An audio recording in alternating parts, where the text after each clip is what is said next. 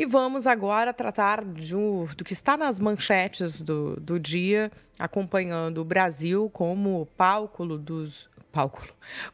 dos grandes chefes de Estado, das maiores economias do mundo. É a cúpula do G20 que está no Rio de Janeiro. E conversamos, então, nesta manhã com Gustavo de Moraes, economista, doutor em economia aplicada, para conversarmos por pelo menos alguns tópicos que já chamam a atenção nesse encontro. Bom dia, professor.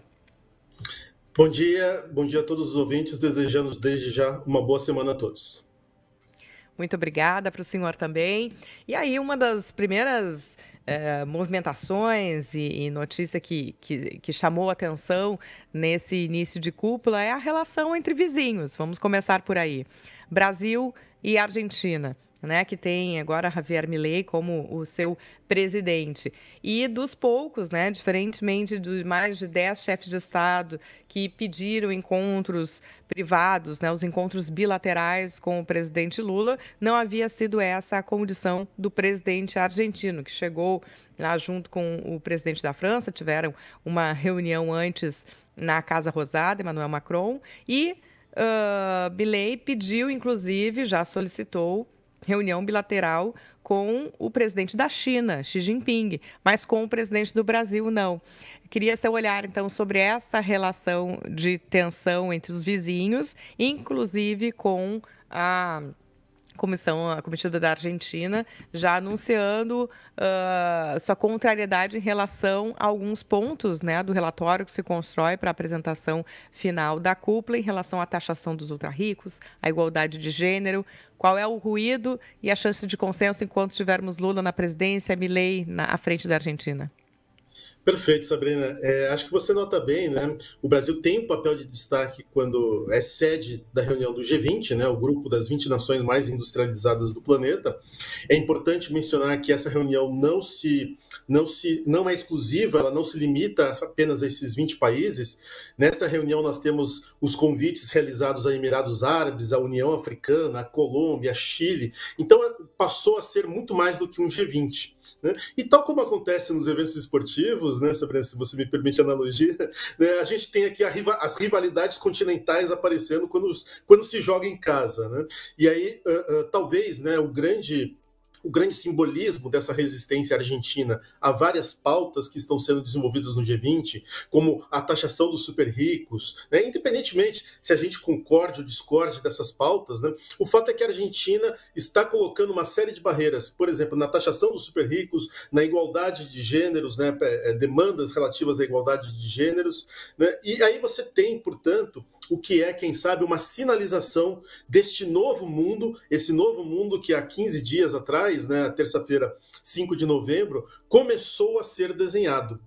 Então, o que nós temos é um reflexo já de situação diplomática que começa a se realinhar em torno daquilo que foi a eleição, daquilo que representa a eleição do Donald Trump nos Estados Unidos.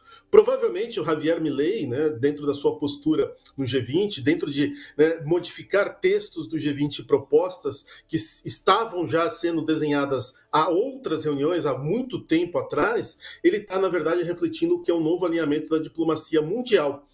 Provavelmente os Estados Unidos, ainda, né, capitaneados pelo Joe Biden, mas a partir daqui a 60 dias capitaneados pelo Donald Trump, terão provavelmente essa mesma atitude resistente que o Javier Milei apresenta. Então a Argentina está iniciando um processo que me parece um processo de rachadura, de divisão, né, do G20, dos fóruns mundiais, entre aquilo que são, né, resistências, né, mais à direita do pensamento ideológico e mais à esquerda do pensamento ideológico, inaugurando aqui, então, portanto, na reunião brasileira. Eu acho que essa tendência é uma tendência que provavelmente vai ficar pelos próximos 10, 15 anos, né, dentro dos fóruns internacionais. Isso vai alcançar a ONU, isso vai alcançar, né, o FMI, isso vai alcançar uma série de organismos multilaterais e, né, reuniões diplomáticas. A questão da eleição de Donald Trump, que dá fôlego e segurança para manifestações de quem está com ele alinhado. E quando se fala num período assim de 10, 15 anos, para o cidadão comum bastante tempo, de que maneira isso pode refletir aí nas nossas demandas, naquilo que a presidência atual vem colocando como sua prioridade? Porque apresenta nesse início de cúpula, né, está na pauta agendada como presidente do G20, as questões climáticas, a governança internacional e a desigualdade, né, a luta contra a desigualdade e a fome. Perfeito. Sabrina, na verdade, o que nós temos é provavelmente um novo alinhamento para o Brasil, né? Os Estados Unidos tendem a se tornar um país mais protecionista. Nós já adiantávamos isso numa conversa anterior que tivemos, né? Os Estados Unidos provavelmente se tornarão mais protecionistas, e isso já ficou inclusive refletido numa reunião prévia ao G20, né? Nós tivemos a reunião do Bloco Econômico do Pacífico. Essa reunião foi realizada em Lima. Essa reunião foi praticamente preparatória ao G20, né? Ela se tornou então um elemento decisivo aí no realinhamento dessas forças, e provavelmente ali já foi sinalizado de que os Estados Unidos se tornem um país mais protecionista. E normalmente a liderança desses fóruns, né, ela é normalmente atribuída àqueles países, a articulação principal política é atribuída àqueles países que têm o maior PIB, que têm os maiores interesses comerciais e, né, provavelmente aqueles maiores interesses em termos geoestratégicos de defesa. Os Estados Unidos, mal ou bem, conseguiram costurar acordos em outras reuniões, em outras oportunidades que o G20 se reuniu. E dessa vez também contribui para a falta de acordo, ou falta de coesão em torno de um texto, né, o fato de que os Estados Unidos têm um presidente que a gente costuma chamar na gíria, né, de pato manco, ou seja, um presidente que já se sabe que vai sair, né, um presidente cujo diálogo é limitado a 60 dias e cujas ações, inclusive, são questionadas. Né? O G20, ele, por exemplo, vai ter a recepção ao ministro, o chanceler, né, o ministro de Relações Exteriores da Rússia, o Sergei Lavrov, no momento em que os Estados Unidos, o presidente que está se retirando, autorizou, por exemplo, a Ucrânia a utilizar armas mais pesadas contra o território russo. Então, o que nós vamos ver no reflexo da vida do cidadão nesses próximos 10, 15 anos, provavelmente né, uma economia que se fecha, uma economia mais fechada, mais sujeita a tarifações e provavelmente encarecendo, né, produtos de primeira necessidade até, né, para não dizer produtos até de consumo ou eventualmente produtos de luxo. Que envolve os Estados Unidos, né, protagonistas, personagens dos Estados Unidos e a Argentina, e que é um assunto que correu em paralelo e que as pessoas acabam colocando uma importância muito grande. Quero ouvir do senhor o quanto isso impacta ou não dentro do clima que existe entre os países, as declarações, por exemplo, da primeira-dama, Rosângela da Silva, a Janja, né, que dentro do G20 social fez uma indireta, não chegou nem a mencionar diretamente a Argentina, mas falando de um país daqui que não concorda com as questões pontuadas em relação à formulação sobre gênero e mandando Elon Musk ir longe, né? Então, isso de alguma maneira, de fato, interfere nessas relações, mereceu inclusive a resposta do Elon Musk, mas enfim, interfere ou isso é só muito barulho e nada?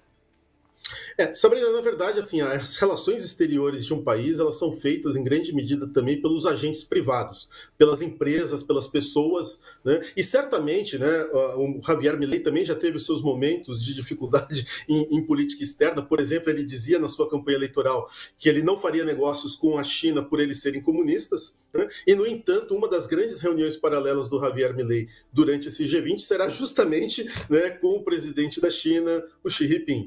Então, assim, naquilo que é um palanque, né, normalmente os líderes eles têm um tipo de comportamento, e naquilo que são bastidores, naquilo que são reuniões, naquilo que é governo, normalmente os governantes eles têm outro tipo de comportamento.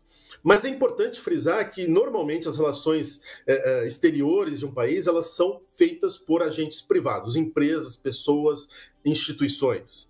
O que dificulta, eventualmente, é esse comportamento dos líderes, né? Então, não dá para dizer que as atitudes, né, dos líderes ou daqueles que estão próximos aos líderes, como no caso da primeira-dama, não vão interferir. né, ela certamente cria uma antipatia, né, com relação às relações Brasil-Estados Unidos, né, principalmente no momento em que o Elon Musk assume posições governamentais, né, o governo Trump já anunciou ele em cargos importantes dentro da administração federal, e desse modo, né, certamente cria uma antipatia.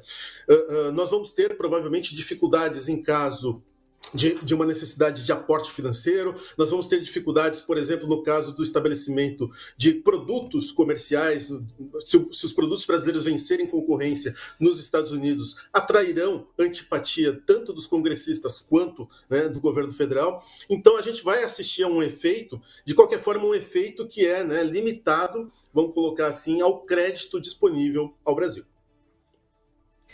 Vou passar aqui a Larissa Hart para uma pergunta para a senhora. Bom dia, professor Gustavo. E ontem eu acompanhava, então, acompanhava de longe, né, essa visita do presidente Biden lá à Amazônia, e teve uma fala dele que me chamou bastante a atenção, que ele trouxe aqui, até abrindo aspas aqui para o presidente Joe Biden: não precisamos escolher entre o meio ambiente e a economia, podemos fazer as duas coisas. Essa foi uma fala em que ele anunciava, então, 50 milhões de dólares ao Fundo Amazônia. Mas esse dinheiro a gente sabe que tem que ser ainda aprovado pelo Congresso dos Estados Unidos e que daqui a pouco o Joe Biden está saindo da presidência, né? Vem Donald Trump, que já teve algumas declarações que sairia do Acordo de Paris e não daria tanta atenção às algumas ações para prevenir as mudanças climáticas. É possível que esse dinheiro não seja aprovado, que não venha até o Fundo Amazônia? Bom dia, Larissa. Sim, é possível, né? E ressaltamos aqui que 50 milhões de dólares representa apenas 1/10 daquilo que foi prometido pelo Joe Biden ao Fundo Amazônia, né? Então, durante uma visita aos Estados Unidos, ainda no início do seu mandato, o presidente Lula, né, conseguiu extrair, né, ao menos uma declaração do presidente Biden no sentido de preservar a Amazônia, ou fazer ações de preservação à Amazônia. É bom recordar que a gente estava ali, né, com uma agenda que era o auge das queimadas, o então auge das queimadas na Amazônia, e o presidente Biden se comprometeu em aportar pelo menos 500 milhões de dólares.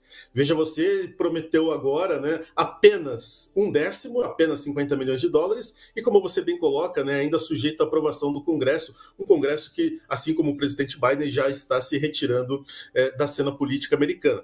Então, provavelmente, esse recurso, Larissa, ele foi apenas um carnaval, um confete, né, durante a visitação à Amazônia. Certamente, né, vai ter muitas dificuldades, e 50 milhões de dólares, apesar do valor parecer razoável, né, nas nossas vidas cotidianas, ele é um valor limitado no que tange, né, às ações necessárias à preservação do meio ambiente. Agora, ficamos com a declaração, né? O Joe Biden, ele foi muito feliz quando ele disse que não há necessariamente conflito entre preservação ambiental e, né, movimento econômico, desenvolvimento econômico. O interessante a observar é que a região norte do Brasil é justamente essa região na qual esse conflito aparece mais acentuado, né? Porque a gente tem população em condição de extrema pobreza, população em condição, né, de necessidades dos serviços mais básicos, e, no entanto, né, nós assistimos a índices de degradação ambiental cada vez maiores. Então, a região norte do Brasil, me parece, ela pode, inclusive, servir para os nossos governantes, né, para a nossa sociedade, como um grande case de conciliação, de conciliamento entre desenvolvimento econômico, qualidade de vida e preservação ambiental, através de atividades econômicas ou atividades industriais que me pareçam, né, correr no sentido da preservação ambiental. Só que para isso existe esse dinheiro, e 50 milhões de dólares, ou mesmo os 500 milhões de dólares que havia sido prometido, são insuficientes. Muito obrigada, professor Gustavo de Moraes, economista, doutor em Economia Aplicada, pela análise que nos traz aqui no Jornal da Mix. Um bom dia para o senhor e uma boa semana. Obrigado, Sabrina. Um prazer estar com vocês. Um abraço, Larissa. Um abraço a todos os ouvintes.